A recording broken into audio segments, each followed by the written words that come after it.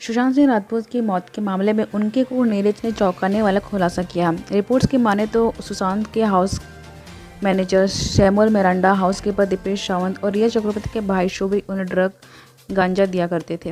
हालांकि नीरज ने सुशांत की मौत से पहले वाली रात उन्हें बांद्रा स्थित घर में किसी तरह की पार्टी की बात से इनकार किया है। टाइम्स नाउ की बातचीत में नीरज ने बताया था कि उन्हें अपनी मैनेजर दिशा सालियन की मौत के बाद सुशांत ने कम खाना शुरू कर दिया था। वे कहते थे कि हालांकि वे ठीक थे, नॉर्मली बातचीत कर रहे थे, डिप्रेस दिखाई नहीं दे रहे थे। हमने कभी दिशा के बारे में नहीं सुना था और न ही उन्हें देखा था। सर कुछ नाराज रहने लगे थे और कम खाने लगे थे। नीरज ने उन आरोपों का खंडन भी किया जिनमें कहा जा रहा था कि सुशांत की गर्लफ्रेंड रिया चक्रवर्ती उनके फाइनेंस और हाउस स्टाफ को कंट्रोल कर रहे थे। सुशांत की मौत के बाद लगातार चर्चा में रिया ने अभिनेता के कई स्टाफ मेंबर्स को हटाकर अपने पसंद के सदस्य को रख लिया था। बकौल नीरज, हमारे ऊपर ज़्यादा दबाव नहीं था, हमारे लिए सर और मैम दोनों ही बराबर थे। अगर हम गलती करते थे तो रिया हम पर चिल्लाती थी, लेकिन किसी तरह का दबाव नहीं बनाती थी। सर ने उन्हें अधिकार दे रखा है। उन्होंने हमें मैम के इंस्ट्रक्शन फॉलो करने के लिए भी कहा था।